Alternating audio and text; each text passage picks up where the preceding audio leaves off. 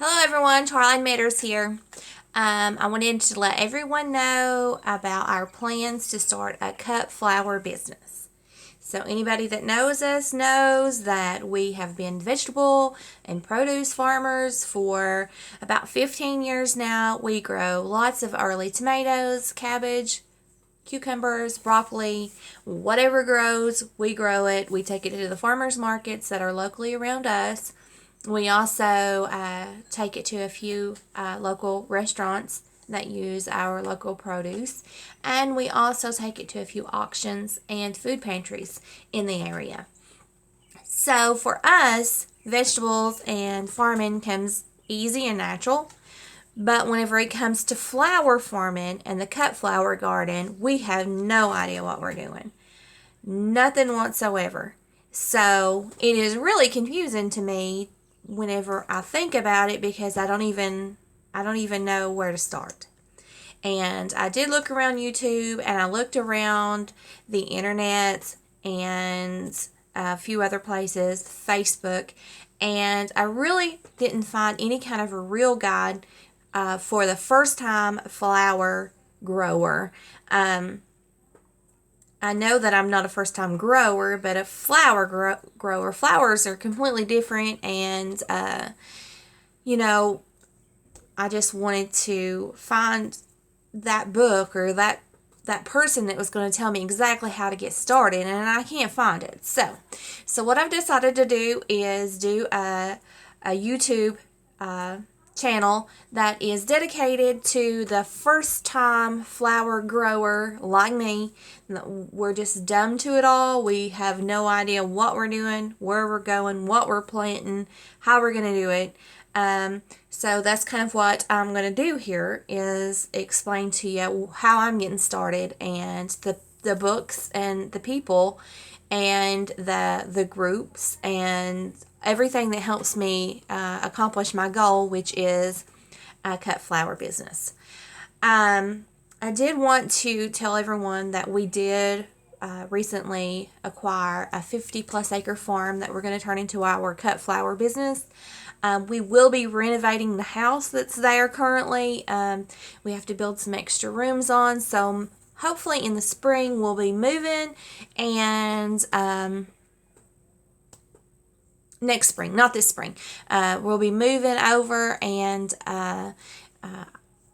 be starting our new life as cut flower growers. Of course, we're always going to do our vegetables and we're always going to be at the farmers markets, but this is just a new adventure. It's 2020, so we're going to start something new. So the first books that I was going to tell you about, and one that's been rave reviewed over all of the different sites that I've been on, is this one. I am about halfway through it. Being a never before cut flower grower, it was a little confusing to me of what books I needed to read, what I needed to know. And this lady right here has written this beautiful book called The Flower Farmer. And she has it is an organic grower's guide to raising and selling cut flowers. So Lynn Bazinski, I think that's how you say that. She has written it. It's real nice. She does give us some references, some information in here on how to grow and what to grow and how much to grow. But where I wanted to do it as a business and not just a wanting to cut flowers from my mother-in-law, it really doesn't give a whole lot of information for somebody that's actually going to do it for a business. I know it says that you can double this and double that. So it's helping a lot. It is helping a lot, but I'm still really confused. And then, of course, I got this one, The Big Book of Flower Gardening by Time Life. The Cutting Garden here by Anne Halpin and Betty Mackey. We also have the Better Homes and Garden, Complete Guide to Flower Gardening. Hopefully I'm going to learn how to grow these things and what time of the year to grow them. I don't know where to plant them, how to water them, what to feed them. Because, I'm sure that they have to be fed something or another. Also got this one, the Flower Gardener's Bible. And we all know we always need a Bible, whether it's the Holy Bible or whether it's the Flower Gardener's Bible. This one is by Lewis and Nancy Hill. So hopefully, any flower I want to grow, that's going to give me a guide.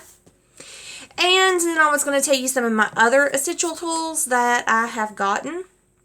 By the way, I will tell everybody in later videos how those books go and how that they help me accomplish my goal of being a flower gardener. Number 2, other than books and resources and YouTube and Facebook and other places with real people, you need an agenda or a 2020 calendar book. So this book is for my 2020 year. I did get it, a planner. It does have in it the, the journal dates, which is the days of the week that you can write on. And then it also gives you a full calendar that you can also go to and schedule plantings. You can write in here what flowers you've planted, what flowers you're supposed to plant on what day. That's going to be essential for growing the cut flower business because you want to make sure that you have flowers all year round and not just in the spring or just in the summer or just in the fall. So once you have your planner and you've read all the articles that you can possibly read and you still feel dumb like me, you're going to go to these. These are your number 2 books that you're going to need. You're going to need a burpee book, of course. These are going to be my favorite books. So I do have all kinds of other seed books, but these are, I'm going to pick out my favorite ones because they have lots of cut flower options. Burpee. Jung. Johnny's, of course. They have a lot of organic varieties in here. And Garden Trends, which is by Harris. They have a lot of organic varieties in here. And if you look at the front of the books, you're going to notice that there's a lot of cut flower people on there. So that seems like that's the way the trend's going. That's the way we need to be going, right? So we're really interested and we're really excited about being flower farmers and doing it. And then, of course, you're going to need your plan.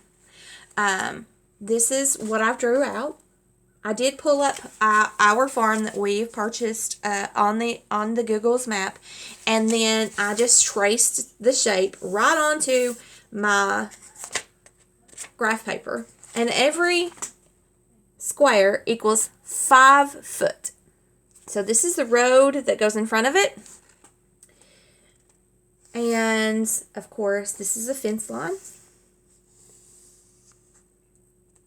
So, my plan is to line my fence line for our wind barrier, a hedgerow of blueberries or hydrangeas. I'm not for sure which one I'm going to go with, but for now, I've drawn in a 5-foot line of bushes around my fence line to create a wind barrier so that when the wind comes through, it's not going to knock all my flowers down. So then, of course, I've lined in some tulips. And for every square, that's 5 foot. So, and back here in the back, we're going to have a row of irises and a row of daffodils. So, every square is 5 foot. That's how long my row is going to be. 100-foot rows here. And then in here, of course, my number 1 flower that I want to plant is the peony. I love them. They're my favorite. And I figure if I'm going to have to bring any flowers back home from the farmer's market, I'm not going to be able to sell them. If I'm going to put them in my kitchen, I want them to be the ones that I love. And the ones that I love are really the peonies. So I'm going to do 2 5-foot rows, 100-foot long rows of peonies. Pinks and whites and just the colors that I really like. And then, of course, here's my zinnias. I know I want to do some zinnias. I'm going to do them in different colors. There's going to be some doubles and some single colors. There's going to be some peppermints and some other varieties. There are going to be all kinds of them. So I'm not going to grow a 5-foot by 100-foot a row of zinnias and them be all the same color. They're all going to be different colors. And then, of course, in here I've left room for other plants that I haven't decided on yet. Maybe some lilies or some other plants in here. Also here and here. And then we've got a little line here that I can grow in some fillers. This is going to be my little filler row. And then, of course, this was going to be my 30 by 30 greenhouse I'm going to do right here. And then I'm going to lay in a mum pad right here with the waters so that I can put mum pots in there and raise mums here also. And then, of course, this is going to be my parking lot that's going to come off from the main road into my parking lot that's going to pull up in front of my greenhouse. So this is pretty much my layout and my plan that I've got. Now, planting the plants that I'm going to grow, the flowers I'm growing. This here, there's lots of them in here. There's half a book. There's as many flower seeds as there is vegetable seeds.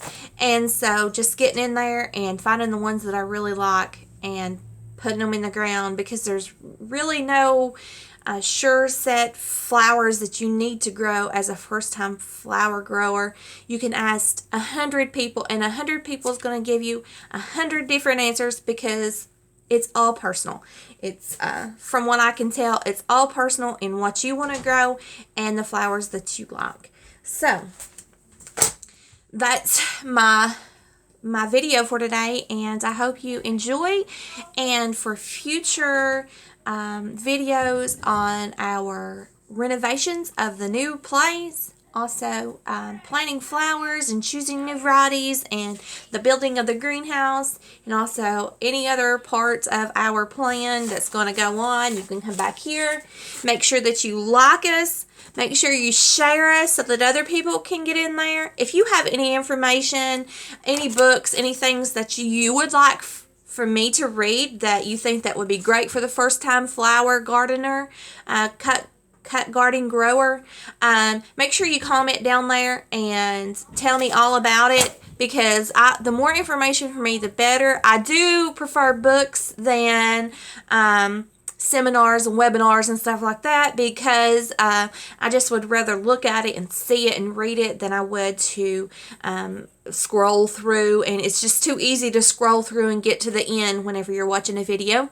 So that's what I don't want to happen, because I want to learn all that I can learn. So if you guys don't care and you know something that I don't, you could put it down below and I'll be sure to comment back, or maybe if there's something that you want to know or are interested in me talking about, just let me know.